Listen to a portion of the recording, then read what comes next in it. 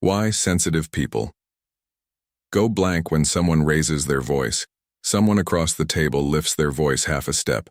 Not a scream, not a threat, just half a step.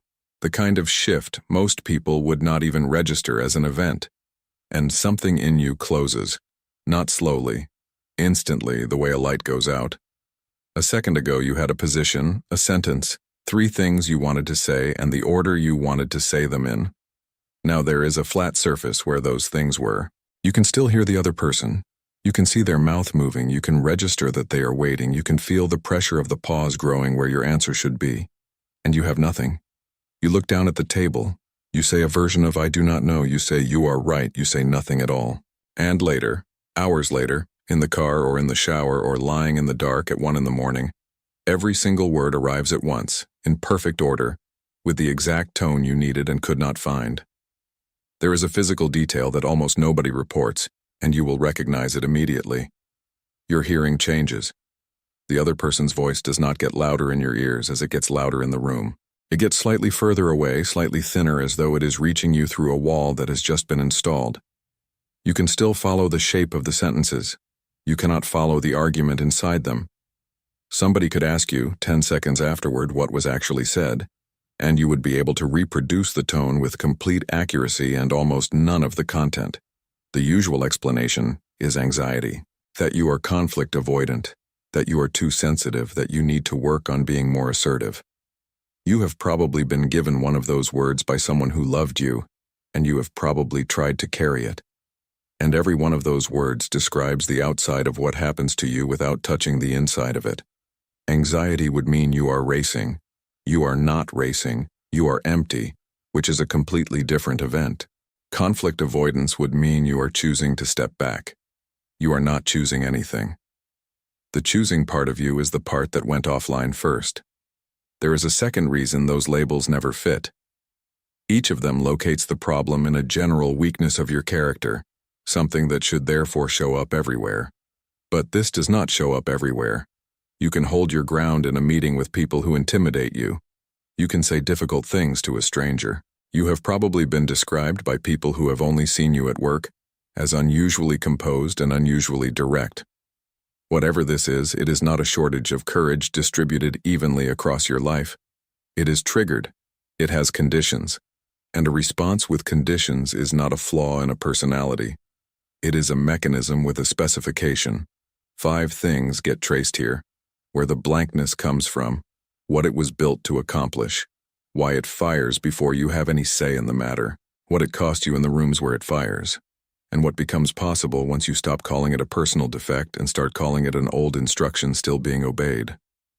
The part that finally explains why the words come back 4 hours later is the same part that shows you how to bring them back sooner, and it arrives near the end. What actually happens in the first half second? Take the event apart at the smallest possible scale. Before the blankness, there is a signal, and the signal is not the content of what the other person said. You do not go blank because of an argument. You go blank because of a change in volume, or a change in tempo, or a tightening in someone's jaw that arrives a full sentence before their voice does. You are reading the physical layer, not the verbal one, and you are reading it faster than you can think about it. How fast is worth stating plainly, because the speed is the whole reason this has never yielded to willpower.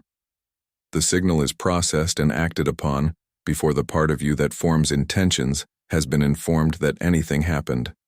By the time you notice that you have gone quiet, the decision to go quiet is already several steps behind you.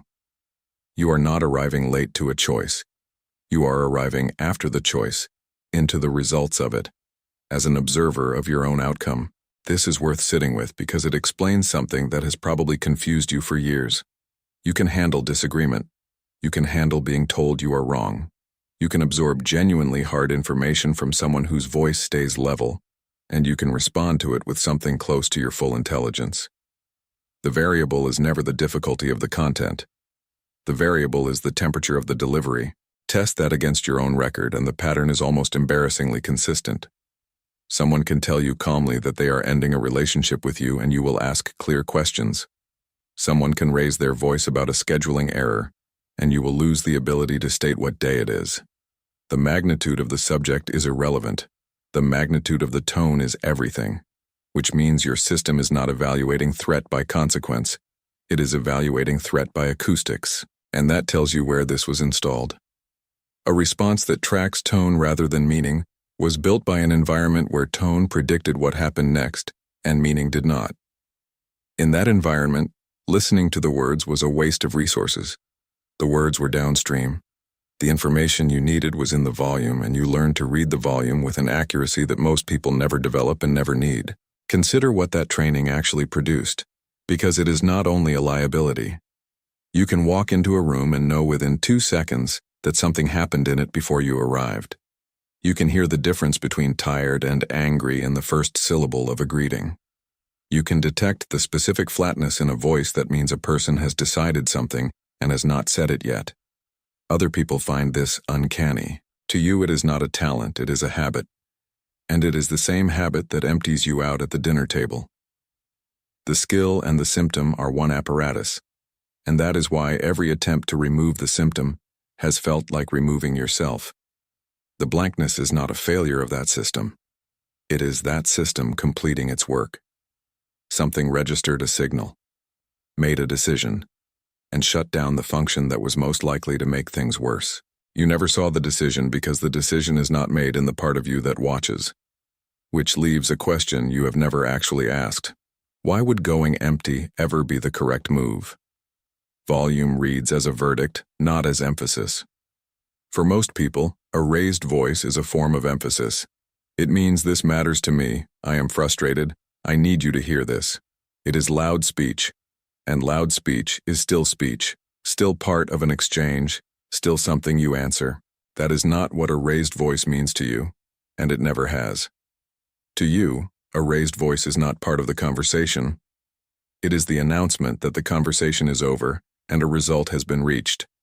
Emphasis is something you respond to. A verdict is something you receive.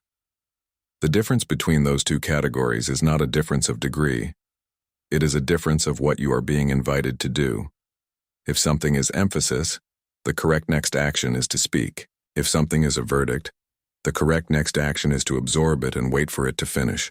Those two instructions cannot both be executed. Your system picks one, instantly, and it has been picking the same one your entire life. This is the mistranslation that runs underneath every one of these moments, and it runs in both directions. The other person believes they are turning up the volume on a discussion. You have already heard the discussion end. They are waiting for a counterargument from inside a conversation you no longer believe is happening. You are standing in the aftermath of something they have not finished starting. So when they say, "Why are you not saying anything?" they are asking a reasonable question about a room they are in. And you cannot answer it because you are not in that room. You are in the second after the room closed, which is a place where speech has no function. There is a smaller version of this that happens dozens of times a year and never gets discussed, because it is too minor to name. A voice on the phone gets sharp for one clause. A message arrives in capital letters. A door closes harder than it needed to. None of it qualifies as conflict. None of it would be reported by any witness as an incident, and each one of them costs you the next 20 minutes of your own mind. You go through the rest of the day mildly unavailable to yourself, and you file the unavailability as tiredness, because there is no event large enough to attach it to. Notice what this does to the accusation you have carried. You have been told, you shut down. You did not shut down. You correctly processed a signal according to a definition of that signal that was accurate somewhere else, a long time ago, in a house where the volume genuinely was the ending. The next question is what that house actually required of you. The room where answering made it longer. Here is where most explanations of this pattern go wrong. They assume the child was afraid, and that fear produced freezing. Fear is part of it, but fear alone does not produce this specific outcome. Fear produces vigilance or fleeing or appeasement. Blankness is more precise than fear. Blankness is engineered. The environment that builds this is one where a raised voice was not the beginning of a fight, because there was no fight available. There was one person with volume and one person without it, and the volume was not seeking a response. It was delivering a state. And in that arrangement, a child learned something very specific by experiment, over and over, with a consistency most laboratories could not achieve. Every attempt to answer made it last longer. Explaining extended it. Defending extended it. Crying extended it. Agreeing too quickly extended it because agreement that arrived too fast was read as dismissal, and being dismissed produced more volume. Even the sound of breathing wrong could extend it. There was exactly one behavior that reliably shortened the event, and that behavior was total absence of input. No face, no words, no signal, nothing to push against. Follow the logic of that discovery from the inside, at the age it was made. A child in that room is not conducting an experiment on purpose. The child is trying things the way anyone tries things, and receiving results. The first several hundred attempts involve speech because speech is what humans reach for. Each attempt produces a longer event. Somewhere in that sequence, by accident, on a night when the child was too depleted to produce anything at all, the event ends early, and the difference is registered, not consciously, not as a sentence, but registered with the force of any finding that arrives attached to relief. What was learned is not that silence is safe. Something more exact was learned. That the loud person requires material, and that the material is you. Your reaction is the fuel. Your face is the fuel. Your attempt to make yourself understood is, above all, the fuel, because it hands over a position that can be knocked down, and knocking it down is the activity that keeps the event alive. Remove the fuel, and the event has to end on its own schedule, which is shorter. So the child did not learn to hide. The child learned to leave the room while remaining in the room, to go somewhere that is not reachable by volume, and to leave a body sitting at the table looking down. And this is the detail that turns a sad story into a mechanism. It was not punished. It was rewarded immediately and reliably by the only reward available, which was the event getting shorter. Any behavior that gets rewarded with relief 1,000 times before the age of 12 is not a habit. It is infrastructure. That is the mechanism. Not fear of the adult. A working solution to a specific problem, discovered by a child with very few tools, and it worked. It genuinely, measurably shortened the event. That is why it is still installed. Your nervous system does not retire things that worked, and the part of you that goes somewhere unreachable has never been told that the arrangement changed. Why your body chose absence instead of argument. There is something almost architectural about what happens next, and it is worth describing precisely, because the precision is what dissolves the shame. When the signal arrives, your system does not decide to be quiet. Quiet would still be a stance, and a stance can be attacked. Instead, it withdraws the material that speech is made from. Access to your own position. Access to what you feel about the thing being said. Access to the memory of the 4 previous times this happened, which is the memory you would need in order to say, this is a pattern. All of it is pulled behind a door, not because it is worthless, but because in the original room, every one of those items was ammunition that would be turned around and handed back to you. Look at the 3rd item on that list, because it is the one that does the most damage in adult life. The memory of the previous occasions is exactly what would allow you to say the one sentence that changes a dynamic. Not you are wrong about this, which is arguable, but this is the 4th time this month and I am noticing it.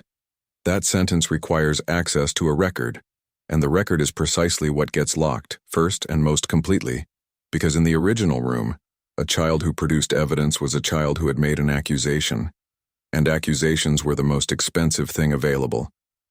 So the file that holds the pattern is the file with the heaviest door on it, which means you can be inside a repetition for years and be unable in the moment to know that it repeats. Understand what a good solution this was. A child who states a position gives the adult something to dismantle. A child who states a feeling gives the adult something to correct. A child with nothing on the table gives the adult nothing to work with, and the event burns out faster for lack of fuel. So the blankness is not an absence of thought. It is thought placed in storage for safety. That is why it comes back later, fully intact, in complete sentences, at 1 in the morning. It was never destroyed. It was filed. So the thing you have called your worst weakness is a storage system with an extremely conservative release policy. It does not open the door while the volume is still in the room. It opens it when the room has been empty for hours.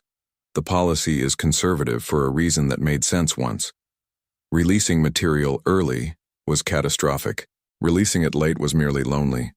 Given those two options, any system would choose lonely. What has changed is that the catastrophic option is mostly gone from your life, and the lonely one has become the entire cost, and nothing has updated the settings, because nothing ever automatically updates the settings. That delay has a cost, and the cost is not what you think it is. The words that arrive 4 hours late. There is a particular loneliness in the late arrival, and almost nobody names it, so name it now. The words come back complete, not fragments. The whole argument, calmly ordered, with the exact example that would have made the point undeniable, and the exact sentence that would have drawn the line without cruelty. And you sit with it, and the first thing you feel is not relief. It is a kind of grief, because you are meeting the version of yourself who should have been in that room, and that version was not available when it counted. There is something almost cruel in the quality of the returning material. It is not merely adequate. It is better than what most people produce live. It is proportionate. It does not exaggerate. It concedes the parts that deserve conceding, and it lands the one point that would have made the whole thing legible to the other person. You are, in retrospect, articulate at a level that would have ended the argument in 90 seconds, and you get to watch that competence arrive into an empty room, addressed to a person who is asleep. Then a second effect sets in, and it is worse. You begin to believe that the late version is the real one and the blank version is the failure. So you build a case against yourself out of material that only exists because your system kept it safe. You use the recovered evidence as proof that you were capable all along and simply did not perform. That is the cruelest possible reading of what happened, and it is the one you reach for first. And there is a practical consequence. Because the argument arrives after the conversation is closed, it has nowhere to go. It cannot be spoken. So it is rehearsed. You run it silently, sometimes for days, and each rehearsal makes it sharper and more certain and less speakable, because by the time you could say it, saying it would mean reopening something everyone else has already filed as finished. Watch what the rehearsal does to the content over time, because this is where a delay becomes a distortion. The first pass is accurate. The 10th pass has become an argument you are winning against a version of them that is worse than they were. By the 50th pass, you are no longer preparing a sentence, you are maintaining a case, and the case has acquired a verdict of its own. And then, sometimes, months later, in a completely different conversation, the case comes out at a size wildly out of proportion to the moment that triggered it, and the other person reasonably hears an eruption. And you are now the person who overreacts, which is the one accusation you had never previously collected. So it stays inside. And then something happens to the relationship that the other person does not even know is happening. What other people see when you go quiet. Step out of your own body for a moment and look at the table from the other side, because this is where the real damage accumulates, and it accumulates invisibly. They raised their voice half a step. In their own account of the moment, they were frustrated, and they said so with some force, which is what they believe people do. Then you went still. Your face flattened, your eyes went down, and you said, "It is fine," in a tone that was not fine. They do not see a protection system executing an old instruction. They see withdrawal of contact. And withdrawal of contact, to a person who is already agitated, is not neutral. It reads as judgment. It reads as being erased. It reads, and they will use this exact word, as coldness. Consider how your stillness looks from a seat you have never sat in. To someone in the middle of an emotional escalation, a face that has gone smooth is not a face in distress. It is a face that has decided something. It looks like assessment. It looks like a person who has stepped up onto a higher floor and is now observing. Some people will tell you years later that in those moments they felt they were being graded. You were not grading anybody. You were not there. But absence and superiority produce almost identical facial data, and nobody can tell them apart from the outside. So they escalate, not because they are cruel, but because they have lost you and they are trying to make contact again with the only tool they currently have in their hand, which is volume. And the volume confirms your reading, which deepens the blankness, which reads as more withdrawal, which produces more volume. Nobody in that loop is lying.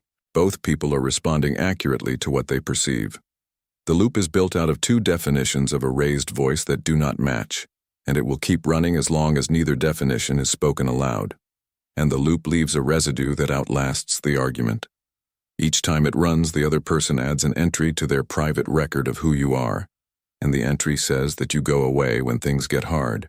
That record is what gets consulted later, at the moments that decide whether a relationship deepens or thins out. They are not deciding against you out of malice. They are deciding on the basis of the only evidence you were able to give them, which was a flat face and a sentence that was not true. Sit with the strangest part of it. The trait that exists to reduce conflict is, in adult rooms, one of the most reliable ways to sustain it. The cost of being read as cold. There is a specific insult attached to this pattern, and if you have this pattern, you have heard it. You do not care. You are made of ice. Nothing gets to you. It lands so hard because it is the precise inversion of the truth, and inversions hurt in a way that simple insults do not. The blankness is a response to caring too much about the state of whoever is standing across from you. It fires because their tone matters more to you than your own position does. Being told that this indicates indifference is like being told you are dry while you are drowning. And look at what that accusation does over years. You start to accept it. Not fully, but partially, in the way people accept a diagnosis delivered by multiple independent sources. Enough people describe you as closed that you begin to wonder whether you are, in fact, missing whatever component allows other people to stay present under pressure. You look for warmth in yourself and you find instead the memory of every time you had nothing to say, and you take that as evidence. There is a second cost, quieter and more expensive. You begin to pre-select for rooms where volume is unlikely. You choose the friends whose voices stay level. You choose work where disagreement happens in writing. You decline the situations in which you have previously disappeared, and you experience each of those declines as a preference rather than a restriction. And your life narrows, one reasonable choice at a time, in a direction chosen for you by something that happened when you were 9, which is how a survival behavior becomes an identity. The behavior arrived first, the story arrived second, assembled from other people's readings of the behavior, and you filed it as self-knowledge. There is a way to check whether the story is true, and it takes one question. Ask yourself whether in the hours after the blankness you felt nothing. You did not feel nothing. You felt a great deal at high resolution for a long time, about a person who had by then already moved on. A cold system does not do that. A cold system closes the file. Yours keeps the file open for days, which is the opposite of the diagnosis you accepted. That story has a specific downstream effect. It makes you apologize for the wrong thing. Why you apologize for the blankness itself. Watch what you do the day after. Not in the argument, the day after when things are calm and there is a moment to say something. You do not say, when your voice rose, I lost access to my own thoughts. You say some version of, I am sorry I went quiet on you. You take responsibility for the vacancy as if it were a decision you made against them, and you say nothing about the signal that produced it. There are two reasons for this, and both of them are old. The first is that naming the signal would mean saying that their volume had an effect, and in the original room, telling the loud person that they were loud was the single most dangerous available sentence. It relocated the problem into them, and the problem was never allowed to live there. The second reason is that you genuinely do not have language for the vacancy yet, and in the absence of language, apology is the fastest way to close an open situation. Carry that first reason a little further, because it explains a hesitation you have felt and never understood. Even now, as an adult with a person you trust, the sentence your voice got loud sits in your mouth and refuses to leave it. It feels not merely difficult but forbidden, out of proportion to any consequence you can actually predict. That is because the prohibition is not about this person. The prohibition is about a category. Somewhere in your history it was established that describing the loud person's behavior to the loud person was the one move that guaranteed escalation, and the rule was written broadly, without an expiry date and without a list of exceptions. So the apology restores the surface and reinforces the structure. Now it has been jointly established that the problem is your silence. The volume has been removed from the record entirely by you. Do that 30 times across 5 years, and something becomes true that was never accurate. You become the person who has trouble in conflict, in a dynamic that requires 2 people to produce. There is one more layer, and it is uncomfortable. The apology also works. It ends the tension quickly, it makes the other person soften, and it returns the relationship to something warm within a minute. So you are not repeating a pointless behavior. You are repeating an effective one, effective in the same narrow way the original blankness was effective, purchasing the end of an event at the price of the truth about it. The whole pattern is a chain of things that work, which is exactly why none of them have ever been given up. And this is where the recovery has to start, because it cannot start with becoming louder. The difference between calm and vacancy. Every piece of advice you have received about this assumes that the goal is to stay calm. You already stay calm. Staying calm is not your problem. Your calm is the most complete calm in the room, and it is empty. So separate 2 states that look identical from the outside and function as opposites. The first is regulated presence. You feel the rise in the other person's voice. You register it as unpleasant. You remain in contact with what you think, and you can speak from it, slowly, with a body that is uncomfortable. Your hands might shake. You are there. The second is vacancy. Your body is still, your face is neutral, your voice is even, and there is nothing behind any of it. From across the table, this looks more composed than the first state.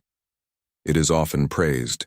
People have told you that you are impressively steady under pressure, and they were describing the moment you left the building. There is a way to separate the two from the inside, and it takes about 3 seconds. Ask yourself whether you know what you want right now. Not what is correct, not what would be fair, not what they want. What you want. In regulated presence, the answer arrives, even if it arrives badly. In vacancy, the question produces a blank surface, and the blankness of that particular answer is the diagnostic. Presence has a preference in it. Vacancy has no preference in it, which is why it feels so much like peace. The confusion between these 2 states is why progress has felt impossible. You have been measuring your success by how undisturbed you appear, which means you have been rewarding the exact mechanism you are trying to change. Every time you got quieter and smoother and further away, you scored it as maturity. And other people have helped you score it that way, without meaning any harm. Composure under pressure is one of the few traits that gets praised immediately and universally. Nobody has ever taken you aside to say that your steadiness in that argument looked like a person who had left, so the reinforcement kept arriving from the outside as well as the inside, and you were given a reputation for exactly the behavior that was costing you the most. The correct target is not more composure, it is less. It is the shaking voice that still contains a sentence. And to build that, you need to know what your system is actually monitoring while it decides. What you are actually listening for. Here is something you can verify in your own history within about a minute, and it changes the shape of the problem. Not every raised voice does this to you. A stranger shouting on a street does not empty you out. A crowd at a game does not. Someone yelling at a driver from the passenger seat does not, or not in the same way. Even anger directed at you does not always do it, if it comes from someone whose next move you can predict. The trigger is narrower than volume. It is volume from someone whose regard you depend on, arriving without warning in a situation where you cannot tell how long it will last or what will end it. Unpredictable duration is the active ingredient. Your system is not asking whether this is dangerous. It is asking whether this has an end that you can locate. That single word, duration, reorganizes the entire history. It explains why the shouting of a sports crowd is harmless and the sharpness of one clause from someone close to you is not. A crowd has a visible end. It is bounded by an event with a clock. The clause has no clock. It could be the beginning of 10 minutes or of 4 days of a certain kind of silence, and nothing inside that first second tells you which. And it was precisely that, not knowing which, made the original room unsurvivable at full presence. That is a precise diagnostic, and it explains something that has looked like inconsistency in you. You are not unpredictably fragile. You are reliably specific. You go blank in exactly the conditions that reproduce the original structure, and you stay present in conditions that do not, and the sorting happens before you are consulted. It also tells you what the missing information is. Not reassurance that you are safe. Information about the shape of the event. Where it ends. What ends it.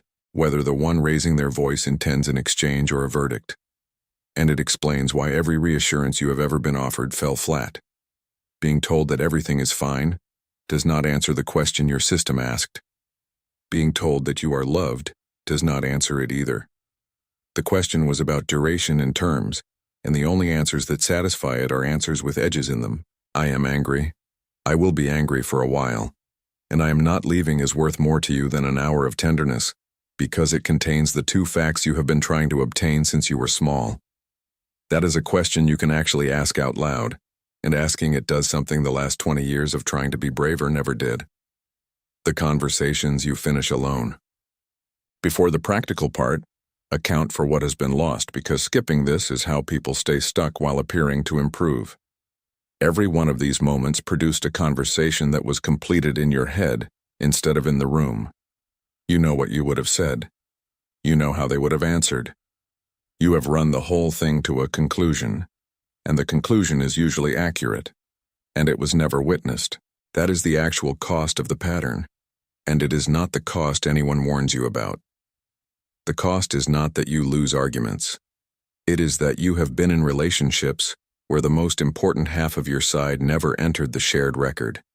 The other person has been in a relationship with a partial version of you, and they were not withholding anything.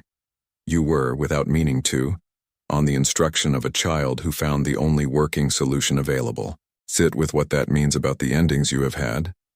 Some of them ended with the other person saying that they never really knew you, and you took that as an indictment, or as evidence of their limited attention. It was neither. It was an accurate report. There was a whole apparatus of your thinking that only ever ran at 1 in the morning, and it produced conclusions that governed your behavior toward them without ever being available to them. They were negotiating with a person who had already held the deciding meeting alone. And after enough of those unwitnessed conclusions, something quiet happens. You stop expecting to be understood in real time.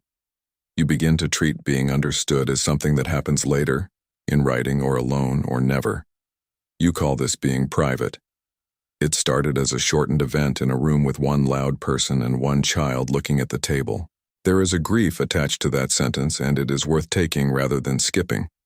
Not for the arguments. For the number of times you were fully present with something true and had no way to deliver it while it was still relevant. That is a real loss, and it has a size, and no reframing makes it smaller. What can change is the number that gets added to it from here. So the repair is not about winning the next raised voice. It is about moving one sentence from the inside to the outside while it is still happening. Why louder people feel owed an answer. One more piece has to be in place, and it concerns the other person, because you have probably built a private theory that they are doing this deliberately. Some are, most are not. For a large number of people, volume is genuinely how they signal that something matters, and it carries no verdict at all. They come from rooms where nobody paid attention until someone raised their voice, and where a raised voice was followed, 20 minutes later, by dinner, and no consequences. To them, escalation is a request for engagement, which is why your silence enrages them out of all proportion. They made a request. They made it with what they consider full sincerity and some vulnerability, and they received nothing. In their reading, they expose themselves, and you decline to participate. So they repeat the request louder because in their original room that worked. Both of you are running a strategy that succeeded in a house the other has never been inside. Yours was built to end events by removing fuel. Theirs was built to start events by adding it. Neither of you is improvising, and neither of you has ever described the design out loud, because a strategy that operates below thought does not present itself as a strategy. It presents itself as the obvious way to behave. Distinguishing the two kinds of volume is not something you can do from the acoustics, and that is the practical difficulty. A verdict and a badly built invitation can arrive at exactly the same decibel level. The difference is not in the sound. It is in what happens when you ask for the shape of the event. A person delivering a verdict will refuse to say when it ends, because the open-endedness is the instrument. A person making an invitation will answer the question, sometimes with relief, because they never intended the open-endedness at all and did not know it was being read. You are not obligated to accept that framing, and none of this makes their volume acceptable. But holding it is what allows you to stop reading every raised voice as the arrival of a sentence already passed. Some of them are a verdict. Some of them are a badly built invitation. The two are not the same event, and your system currently files them under the same heading. Learning to tell them apart is not a matter of insight. It happens through a specific move that has to be made while your hands are still shaking. Coming back into the room on purpose. There is no version of this where you learn to keep your words at full volume in the first half second. That half second is not available to you yet, and possibly never will be. The work happens in the 90 seconds after it, and the work is smaller than you expect. The first move is to say the mechanism out loud instead of apologizing for its output. One sentence in the moment, in the flattest voice you have. When the volume goes up, I stop having access to what I think. Give me a minute and I will have it. That sentence does three things at once. It puts the signal on the record, it declines the reading of you as indifferent, and it converts the vacancy from an insult into a described event. Notice that the sentence does not require you to have retrieved anything. That is the entire reason it is usable. Every other piece of advice you have been given assumes access to material you do not have at that moment. This one only requires a description of the state, and the description is available even when the contents are not, because you have known this state your whole life. Say it badly. Say it in 5 words. The quality does not matter, because its function is not persuasion. Its function is to put a marker in the room saying that something is happening and that it has a name. The second move is the return, and this is the one people skip. Come back. Not 4 hours later in your head, and not the next day as an apology. 20 minutes later, out loud, with one item, not the whole recovered argument, one sentence of it. The thing I could not say earlier was this. Completeness does not matter here. What matters is that something crossed from the inside to the outside, while the situation was still open. Expect the return to feel wrong in a very particular way. It will feel like reopening something that had mercifully closed, and you will have a strong physical impulse to leave it alone now that the room is calm again. That impulse is the old policy defending itself, because in the original house, returning to a finished event was the single most reliable way to restart it. What you are doing, the first several times, is not communication. It is a test of whether that rule still holds. And the information you are looking for is simply this. Did the volume come back? Almost always it does not, and that piece of evidence is worth more than any amount of understanding. The third move is to name duration when it is missing. How long is this going to go on for? That is not a challenge. It is the exact information your system has been trying to obtain since childhood, and has never once been given directly. There is a fourth move, and it belongs to the calm days rather than the loud ones. Describe the mechanism to the people who are close to you at a moment when nothing is happening. Tell them that a raised voice removes your access to your own thoughts for a period of minutes, that the flatness they see is not judgment, and that if they want an answer, they will get a real one shortly rather than a false one immediately. Said in peace, this costs almost nothing. Said in the middle of an escalation, it will be heard as an accusation, no matter how carefully it is worded. Do that 4 or 5 times and something begins to change in the sorting mechanism itself. What stays after the volume drops? What actually changes is not the reflex. The blankness will still arrive, probably for years, possibly always, in rooms that reproduce the original shape closely enough. Expecting to eliminate it is the version of this work that fails. What changes is what happens to the words afterward. They stop accumulating. They stop being rehearsed for days and filed permanently unspoken. There is a route out, a slow one, 20 minutes wide, And once your system learns that the root exists, it begins to release material earlier because the storage no longer has to be indefinite. The change is not dramatic, and you will probably notice it in retrospect rather than in the moment. 4 hours becomes 40 minutes. 40 minutes becomes the walk to the kitchen. At some point in some argument that is not particularly important, a sentence will arrive while the other person is still in the room, and you will say it in a voice that is not steady, and the sky will not fall, and you will feel less triumph than you expected and more tiredness. That is what progress looks like here. Not eloquence under fire. A slightly shorter delay, achieved repeatedly, in unimpressive conversations. And something else changes, in the other direction. You stop treating the vacancy as evidence about your character. That is the part that has cost you the most, more than any single argument you did not participate in. The blankness was never proof that you are cold or weak or incapable of intimacy under pressure. It was proof that at some point you were a child in a room with one loud adult, and you found the only lever available, and you pulled it, and it worked well enough that you are alive and reading this. Consider what it means that the mechanism is still running. It is not persecuting you.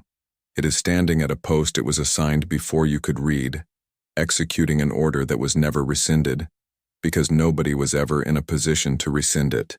It does not know the house is gone. It does not know that the loud person is not in the next room. It has been waiting with unbroken loyalty for a signal that has not applied for 20 years, and it has kept your words safe in a place where they could not be used against you. That child did not fail. That child solved something with the tools of a person who had no tools. The only thing left is to tell them the room is different now, and the only way to tell them is to say one sentence out loud while the volume is still up, and let them hear that nothing ended.